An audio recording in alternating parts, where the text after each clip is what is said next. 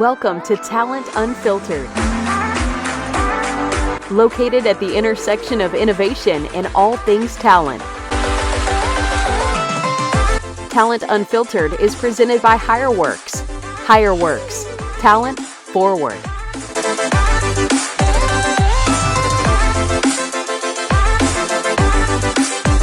Now, here is your host, Ron Gauthier. It is Monday, June 29th, 2020. And hello, everyone. Welcome to Talent Unfiltered, presented by HireWorks. I am Ron Gauthier. You are looking at Chicago, Illinois, which happens to be my hometown. It also happens to be the hometown of our guest today. He is Felix Martinez. He is the Director of Talent Acquisition at GE Appliances. And he and I are going to spend some time today talking about diversity in talent acquisition and so much more. But before we get started, I do want to tell everyone that I hope you are remaining safe. I hope that you are following the protocols that the public health officials have laid out for all of us. Here in Illinois, in Chicago, we just entered phase 4 of our revitalization. That means that I believe groups of 50 can congregate. Things like Starbucks and restaurants and places like that are going to begin to open up. Life will begin to return a little bit more towards what we remember pre-COVID. I do think that we all need to remain vigilant. You can look at some of the spikes across the country. In Texas, where they're talking about where Governor Abbott is telling people, hey, stay home if you absolutely don't need to go out. I think that there are lessons to be learned by not heeding the advice of the public health officials. So wear a mask, wash your hands, use hand sanitizer, and socially distance where you can. It will be nice to get back to something that resembles something more normal. But I think we just can't let our guard down. And that's all I'm going to say about that today. Do want to remind you that we had talked in last week's episode about 2 new segments that we were going to do. One is called the Spotlight, and the Spotlight is an opportunity for us to shine a light on an innovation, a new trend in talent, perhaps a company that's doing something innovative or a piece of technology that can make your life as a recruiter or a recruiting leader much easier.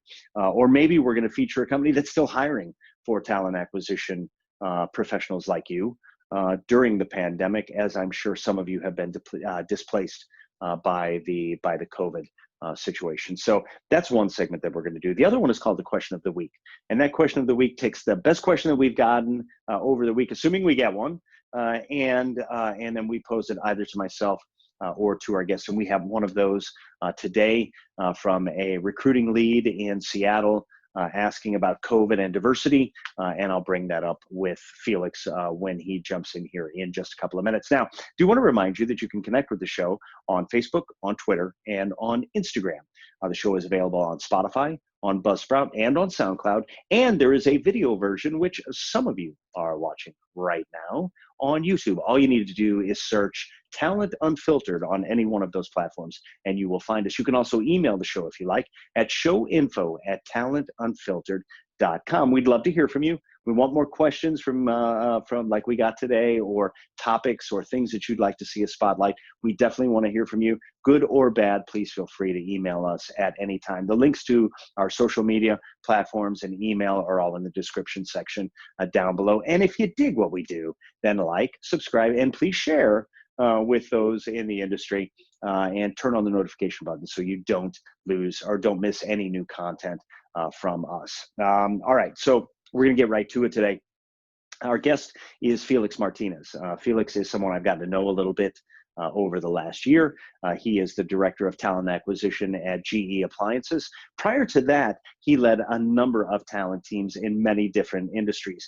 And he has been a diversity champion for a long time, starting with his time at Microsoft and later on as the U.S. lead of the diversity program at Accenture. Felix, thank you so much for joining us today here on Talent Unfiltered. Thank you, Ron, for having me. It's No a problem. pleasure to be with you. I'm really excited about this, man. We met at a Hacking HR event, and then we actually had met before that when I was recruiting for really high-level people, and you and I met through there, and then met up at a Hacking HR event. And I've always been interested to learn more about your career, because as I've looked over your LinkedIn page, it's been a really interesting interesting run with big companies, small companies, and a real focus on diversity. So before we get started, kind of and jump into the questions here, just give everybody kind of a brief introduction of how you got into talent and where you're from, and just kind of some of the personal things that make Felix Felix.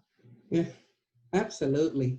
So Felix Martinez, currently playing the role of Director of Recruiting at GE Appliances. I got into recruiting in a really interesting way. Back in college, they asked me to go back during Christmas to recruit at my high school, and they actually gave me a stipend for that. Didn't know it then, but that was how I started recruiting. Very Since cool. then, I've actually done some recruiting at nonprofit. Some of the most rewarding work I've done has been a nonprofit.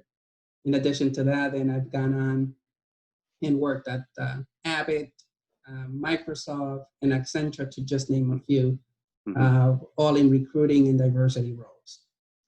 You know, it's interesting because I think nobody who actually gets into recruiting really plans on being in recruiting. That's just not that's not the career path I think that you choose. Even people who go through HR typically look at, when they go up that path, they look at recruiting as a stop along the way. And I think for some people, it really grabs them in that ability to impact someone's life in a really significant way. Because as a good TA team or a good recruiter, you can change the trajectory of where someone's life is headed.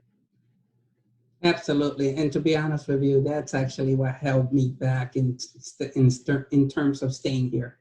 I love what I do. The passion that I bring and the impact that I have to the business. The way I look at my job, Ron, is I don't look at it as I'm a recruiter. I look at it as I'm a business partner, and I have direct impact to the bottom line. And that's across not only recruiting, but also diversity as well.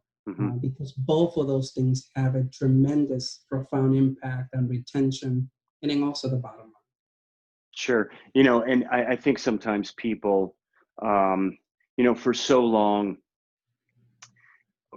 diversity in and of itself really wasn't thought about in the way that it is today. I mean, I think for a long time, diversity really had to do with race, right? It really had to do with race issues, and then it had to do with gender issues. And now there's so many other things, whether it's age or orientation or religion. And when you look out across the United States, the picture that we see looking back at us today is so much more colorful, and it's so much more, it's a very kind of deep tapestry. And so I want to spend a little bit of time here talking about that. So diversity in and of itself is one of those things that I think a lot of companies, a lot of people who are maybe ingrained in a more traditional way of doing business, I think sometimes they struggle with this, okay? When you look at teams that struggle with diversity, where do you see them fail most often? Where are the places where they keep tripping and not quite getting the equation right? Yeah, that's a great question, Ron, because, I have had my share. It's a loaded question, right? So I have had my share of failures, but here's what I actually can boil it down to. When you think about diversity, any point in time that you do programs versus a strategy, it is a guaranteed direction of failure. So instead of having a program, basically, that you go out and say, partner with 2 diversity organizations or go and recruit at this college, and then we hire 2 people from there and then call it a day, that is a guaranteed disaster. And the reason for that being is that there is no tie back. You did one hit wonder, and that's never going to yield long-term impact to the organization. Versus if you put a strategy in place where you say, okay, what are the right schools to go to? Where in the business do we need to infuse additional diversity? And by the way, as you mentioned, Ron, diversity today is completely different than what was thought of before. And it is almost every article that you read out there about diversity is talking about that diversity has a direct and profound impact to the bottom line. And employees overall, are happier in a more diverse organization. For sure. And it's funny because I think diversity is generational in many ways, right? I think that, I'm of an age when I came up, and I think I'm older than you. I'm going to assume, because you look better than I do. So I'm going to assume that you are younger than I am, which may not be fair or right. But I think that when I came up in work, we didn't really consider diversity in the way that we do now. And I think as generations have gone on, you can look at things that each generation wants in a job. So job security has changed. People no longer think they're going to take a job and retire there. Even as recent as the millennials, diversity was extremely high in their list of wants in an employer. And while it's still in the top 10 in Gen Z, it's moved down because Gen Z assumes that's the way it's going to be. And I think, unfortunately, that's not a safe assumption, because there are too many people still tied to the old ways of doing things that are in positions of power in organizations. And I think, not purposefully, but I think inadvertently, some of those older ideas, those older paradigms dampen a lot of diversity, activities. I mean, am I right there, or am I way off? Yes, certainly. It all depends on the organization. And again, or there's some organizations out there that are doing it right. They certainly are taking time to invest in this area. Remember, diversity recruiting or diversity in general is not something that comes at no cost to the organization. You have to put effort in it. You have to hire some people that have expertise in this area. Mm-hmm. And those are some of the key things that make a difference. So individuals that are looking for an organization that have a robust, diverse environment, those individuals tend to want to come to organizations that are demonstrating that when they go out recruiting. So, you go to different or professional organizations that are having national conferences, and you see many organizations that are participating because they think that is one of the ways that they could show that they're invested in ensuring that they have a diverse organization. Mm-hmm. Is that always the case, though? I mean, is that really? I think lip service is great, but ultimately it's what happens at the ground level, recruiter to candidate, right? That really sets the tone for how that candidate views a particular company. You can have a great brand, but and I talk about this all the time, if your messaging at the recruiter level isn't right, you can undo a lot of good work. Yeah, you hit it on the head. So here's what's happening today. So in the past, I think an organization would be able to invest a good amount of money going to a national conference. And because the data was not out there and the access to information was not out there as fluid as it is today, organizations were able to get away as a lip service, and that would have worked. In today's world, that's not the case. Candidates are following you. If you attend an organization and you're telling them that you are diverse, they're coming back to your Glassdoor page, to your LinkedIn page. They're going into your career site and then determining, is what Felix telling me, cutting across all those different forms, all those different platforms. And if there's a disconnect, you're going to see a significant drop off in those individuals that show interest in your organization. Yeah, and it's funny because, like, from our company standpoint, one of the things that I harp about, both with internal teams and external teams, is that you have to live what it is you talk about. And companies spend inordinate amounts of money making sure that they have a brand.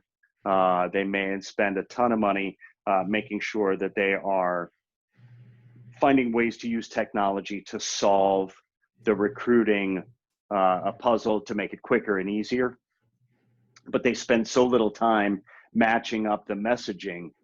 At least my experience has been, I think there's some out there that are better than others, but at the recruiter level, we're all, well, I got to make a placement. I got to make a placement. So we end up boiling a person down to skills, right? And even if we do a good job of I guess, bringing diverse candidates in the door, sometimes we don't really understand what that diversity actually brings to us in terms of what our culture is going to be like and how we're going to benefit from that.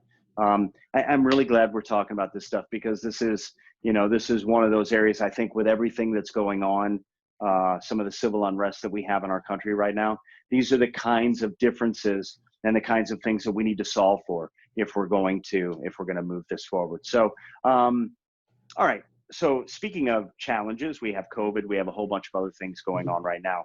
When you look at the TA landscape, and this is more of a general question, how do you anticipate things changing for teams in a post-COVID world? Yep. I'll tell you, we're dealing with this right now. So I'll give you a specific example. So GE Appliances host about 250 to 300 interns in co-ops for the summer. So we had to really think on our feet to determine how we were going to be hosting those interns and co-ops.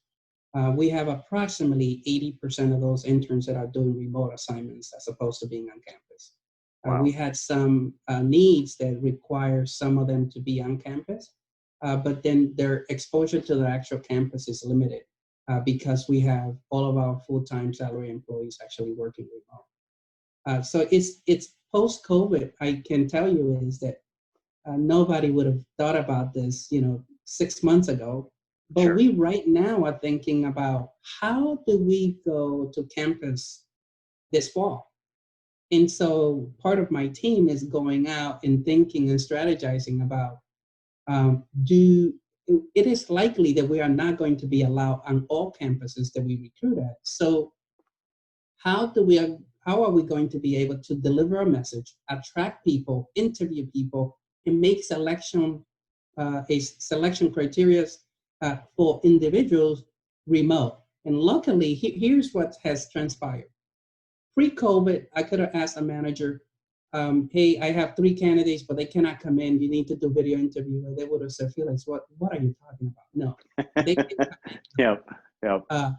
During COVID now, we've proven and taken and completely shifted that mindset.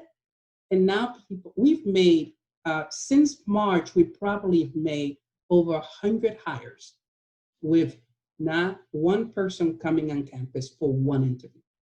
Wow. And that's going to continue. Wow. You hear this all the time about how things are shifting. To see it in real time like that is different. There are, first of all, it's good to hear that GE is still hiring. That's one of those things that I like to hear, because we hear so many stories. Some of my clients, as a matter of fact, or former clients, I don't know if they're going to be around when this is all said and done, because they've taken some significant hits.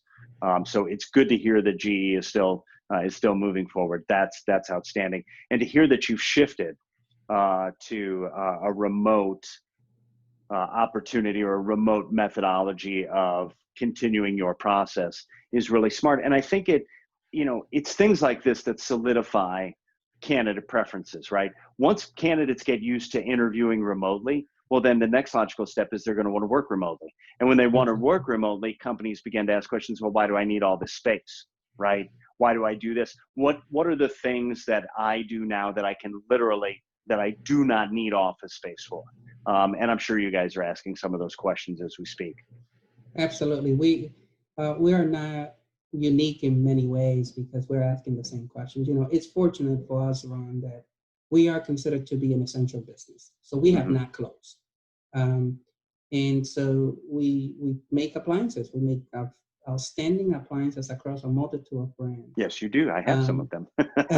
Good. Yeah. And so we are very fortunate for that being an essential business. But most important of all, this goes back to that strategy that I was mentioning. Sure. Our CEO, Kevin Nolan, actually came out early on and say, we are going to put people first. And that's how we've driven all throughout this pandemic. Not only that, but then when the civil unrest began, he too came out and said, this is important to us as a company, and we are not going to put up with anyone discriminating against anyone. He did an internal message, he did an external message.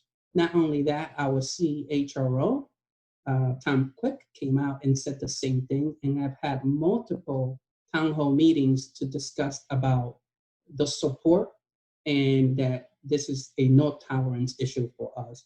And this is, again, when you talk about the message, this is consistent. You could go to our website, you could see the messages from the CEO, CHRO, CDO, everybody is talking about the same way. And that's, I'm very fortunate to be here because not all organizations are in the same boat. Yeah, it's funny. Every organization that I've talked to, I think last week we had a gentleman by the name of Michael Herrera on, and Michael is a continuity planning person. And we were talking about how organizations of different sizes have responded to COVID, have responded to the idea that we have multiple things going on, whether it's, the protests surrounding, George Floyd, Rashard Brooks, any of those things. There's a whole lot going on right now in our country. And I think that inevitably all of those things trickle into corporate America. And I think that candidates will respond to those companies that mirror their feelings. And the pervasive feeling is that certain things, whether it's COVID or civil unrest, are paramount in our society. And I think those companies like GE that are responding and taking a responsible path will reap the benefits of having people say, there's a company I want to work for, right? And I'm assuming that that's part of the calculus, as well as to show that you're the right kind of organization and a place where people can be happy. We had two choices. We could go away from our values, or we could live our values. For sure. And the way that our CEO has behaved and the messages that he has put forward, the way we have treated our employees, and the way we continue to move forward by treating our candidates, demonstrate that we are not just providing lip service, but actually we're living our values. And that's extremely important. Yeah, I love that. I love the way that feels. I think one of the nice things about being part of most people teams as a recruiter is that you can love the idea. We tend to be people. We tend to be a little touchy-feely and relationship-based. And so I love the way that feels. And I can see how, as a recruiter in your organization or as a leader in your organization, it would be great to be able to talk about that kind of a belief system. And I think that's a huge positive. It is good to be on the right side of an issue. For sure, and being isn't it? Supported from the top It down. sucks to be on the wrong side of an issue. I've been on the wrong side of a couple in my life. So okay, so let's talk about this at a little bit more practical level now. So you are someone that you've had an interesting career, whether you were coming back and recruiting at your alma mater, or whether you were leading diversity at Accenture. This is something that's near and dear to your heart, and it's something that matters to you.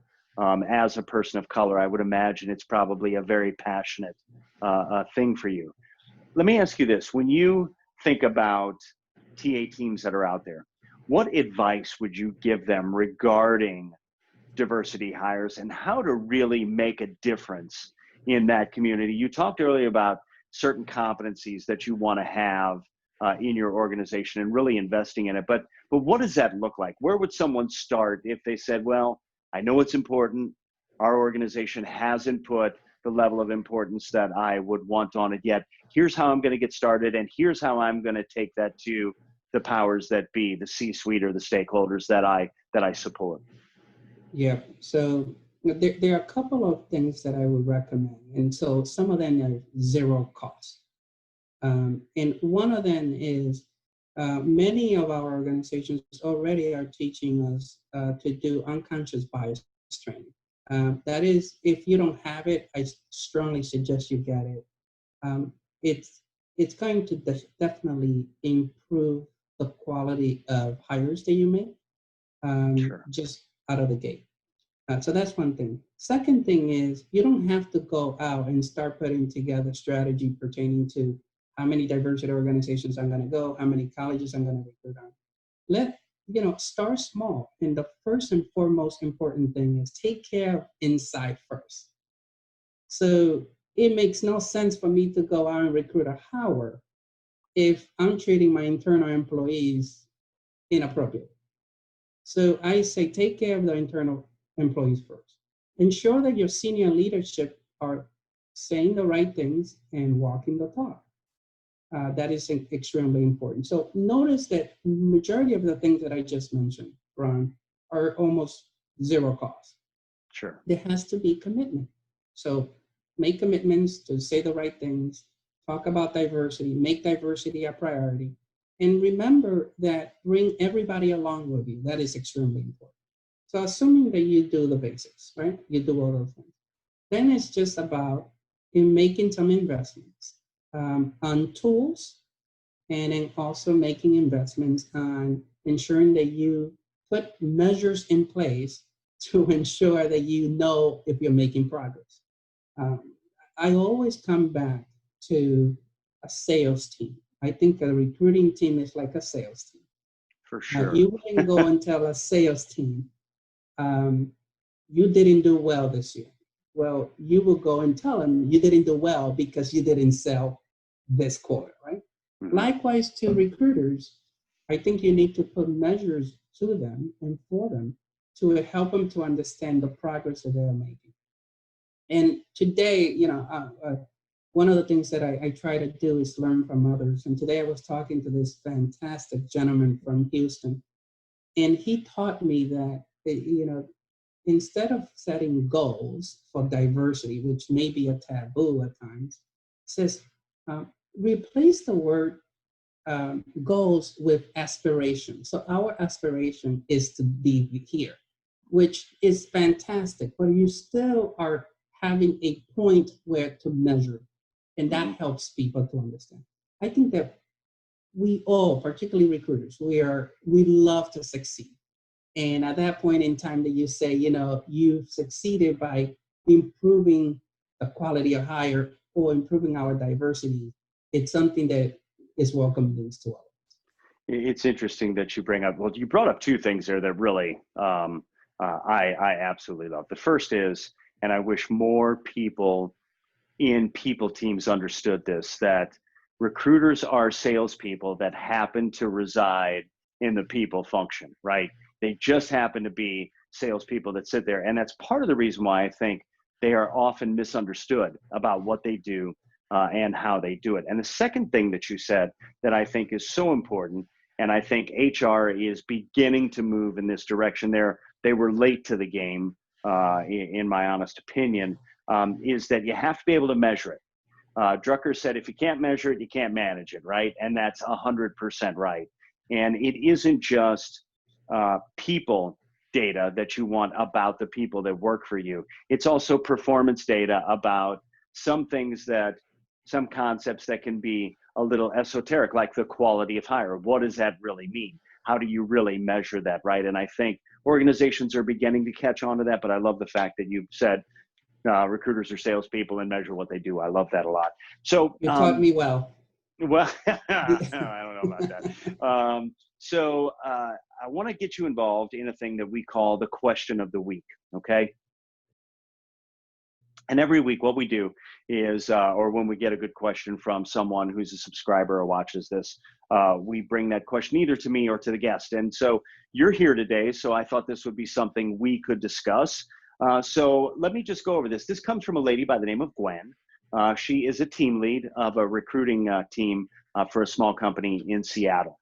And she watches the podcast on a pretty regular basis.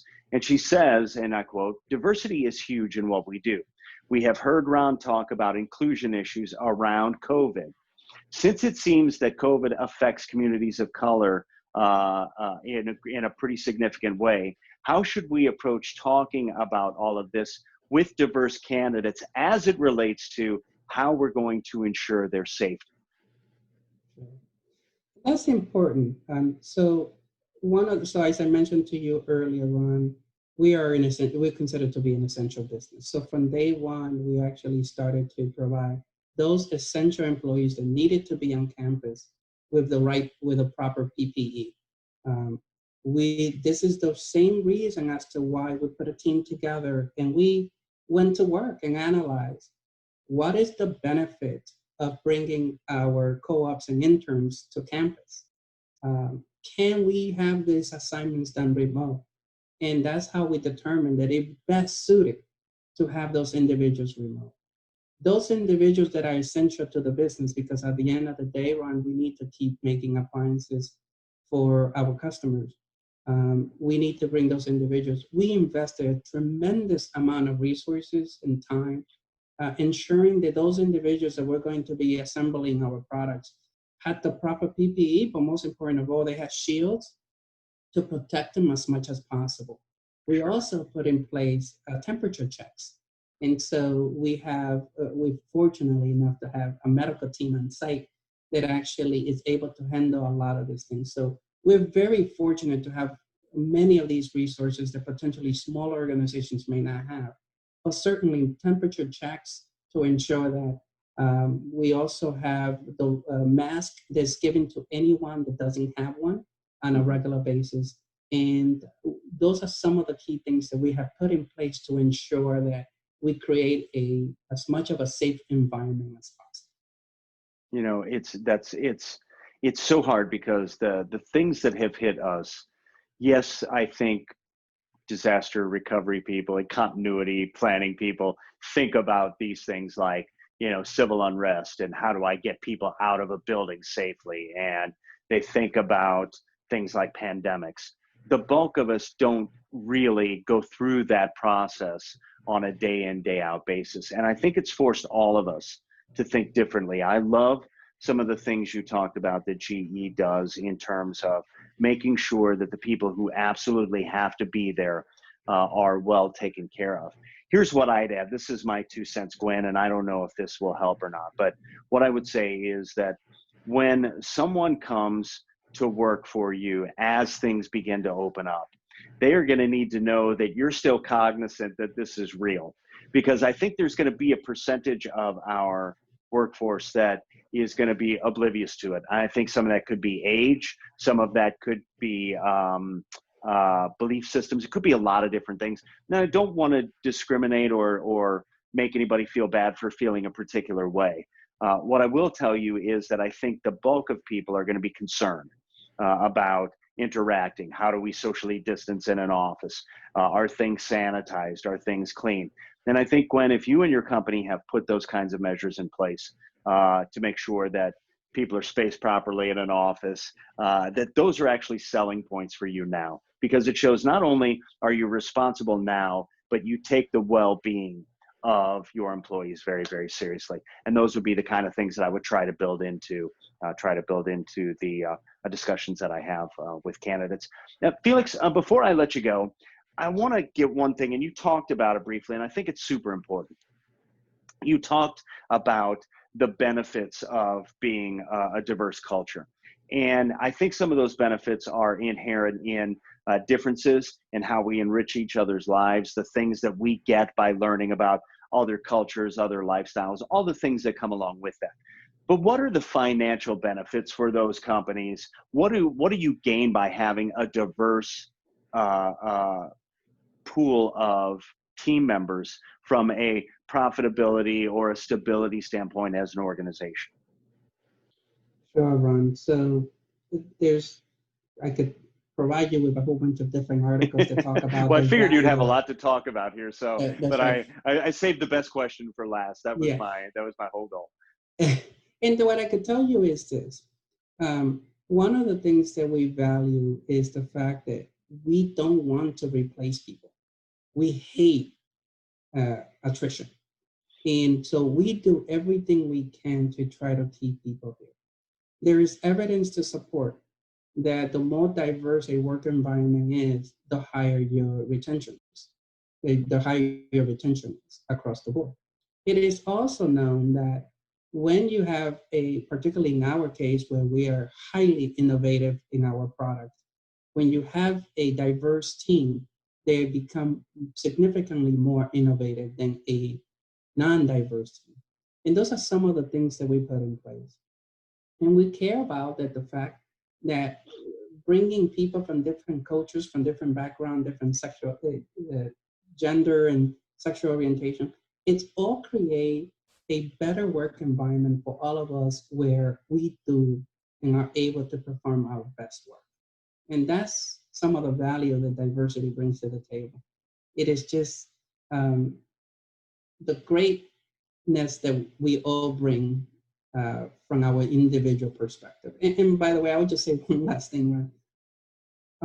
If I can leave one key thing with the audience, it would be that as much as you can, do not bring people in from a diversity perspective and force them to change who they are to fit into your old style work environment, because then you're doing the complete opposite. So one of the key things that I recommend is let people hire them for their great talents and allow them to be them.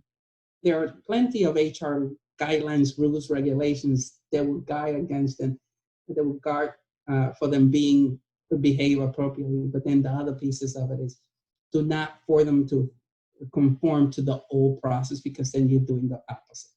I couldn't agree with you more. It's kind of like when you're dating, right? You meet someone and you think they're great, and then over time, one or the other tries to change the person to be different or to be more in line with what they believe they ought to be. And my question in those things, and I'm certainly didn't come up with this, is you started dating me for all the reasons that you now want me to change, right? And I kind of feel like that's a relatively decent analogy here. You know, it's interesting because diversity is a challenge. It requires the rewiring of centuries of institutional issues that have been unfortunately accepted by a lot of people. And I think that, you know, having people like yourself who are at the forefront, people in other companies that I know who are great D&I representatives and advocates, helps to speed that process along and hopefully makes all of our lives, you know, that much better. And Felix, again, you're a friend. I'm really glad that you were on today. I really enjoyed having some time to talk to you, and I got a lot out of this. I hope that you had a good time as well. I appreciate it. Thanks, Ron. It's been a pleasure talking to you. All right, brother. Felix, thank you so much. I really appreciate your time here today. Well, that's going to do it for us today. I hope that you found this episode to be beneficial and enlightening. Diversity and inclusion are extremely important, and they are in the spotlight now as we grapple with issues in our country as they relate to race and differences, civil unrest, some of the things that we're going through. It isn't just the pandemic that we're dealing with right now. And I hope that all of you will be kind to each other and try to find ways to begin to really navigate these issues in a meaningful way. Now, if you like what we did today, and you want to stay up to date, then like, subscribe, and share on your platform of choice. You can also connect with me or the show on social media, and that's on Facebook, Twitter, or Instagram, or you can just find me on LinkedIn. Do have a couple of programming notes. We will be off next week for the 4th of July holiday, but we will be back the following week with Dr. Helen Sun, the former CTO at JP Morgan Chase and former CTO at Stats Perform. She's going to join us to share her view on hiring and talent from the C-suite. Until then, stay safe.